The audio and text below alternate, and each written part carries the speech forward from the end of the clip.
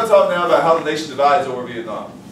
All right, first off, Mr. Gorman's already talked about the draft with you, but there were some people that didn't like the, well, there were people that didn't like draft for a lot of reasons, but some people thought it was a manipulatable system. Now, we've had a draft going back to World War I, really all the way back to the Civil War. We talked about conscription, and I didn't realize this when I was teaching Roosevelt, or teaching about Roosevelt. But Teddy Roosevelt, he greatly admired his dad. But one thing that his dad did that he was kind of ashamed of was that during the Civil War, his dad hired a substitute to fight for him.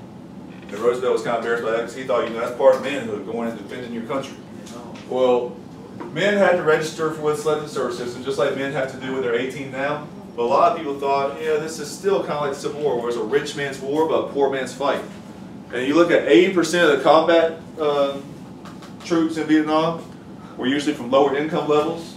And there were some people that were found exemptions. Now, you could get medical exemptions, you could get an exemption for joining the National Guard, which I believe happened with George W. Bush. You could get college deferment. And when Bill Clinton was running for president, some people said that he was a draft dodger because he had college deferment, which if I'm not mistaken, it was because he got a Rhodes Scholarship, which not a whole lot of people would consider that you should turn down a Rhodes Scholarship to enter the draft. But anyways, there were some people that got out of draft for various reasons.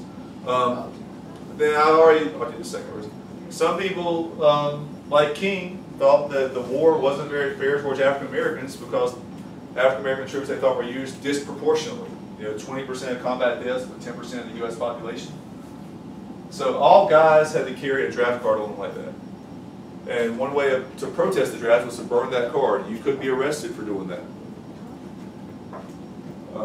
And then there was a decent number of women that served in the Vietnam War. They usually served in non-combat roles, veteran corps and things like that. I don't know how true this is, but my grandfather said that when the draft came up, every time, like they had requirements, like you had a certain number of children. And so, like, he said something about how, when they said something about you had to have one child, and he had his first daughter for all his children. People ask me that every semester. I should find that out because I'll never know the answer. But I'm not sure how to answer that. We're going to get this more with the counterculture stuff on Monday too. But we'll see that a lot of the protests for the Vietnam War come out of college campuses. The free speech movement is something we're going to see. There was actually a quiz question about that. But we'll not discuss that yet. But that's a building on UNC's campus that actually is built because of all these college protests. Now that's, gosh, I'm a bad alum right now. I think that's Greenlaw. But what do you see about the architecture of that building that makes you think that it might be something that was built during the time of the Vietnam War when there was all this chaos on college campuses? So what? Why would not that many windows be important to me? Okay, this was basically built like a fortress. It was built as some way that professors and university administrators could run and hide in case the kids went crazy. And you can see the first floor is recessed. It had doors that would be very easily barred. You had not as many windows, and the windows that you had were kind of thin slits on the upper floors. So this is a real fear on college campuses.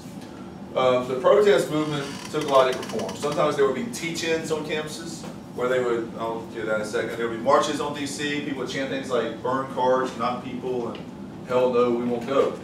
All right, a teach-in is where you would have somebody that was some kind of an expert on the war. It might be somebody like a veteran who's returned home from the war, explain why it was wrong.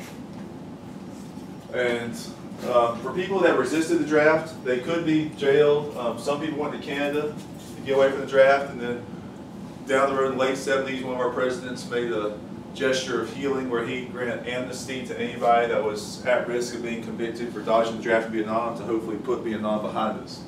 So America's divided into Dubs and Hawks at this time. Dubs were people that wanted peace. Hawks were people that were favoring the war.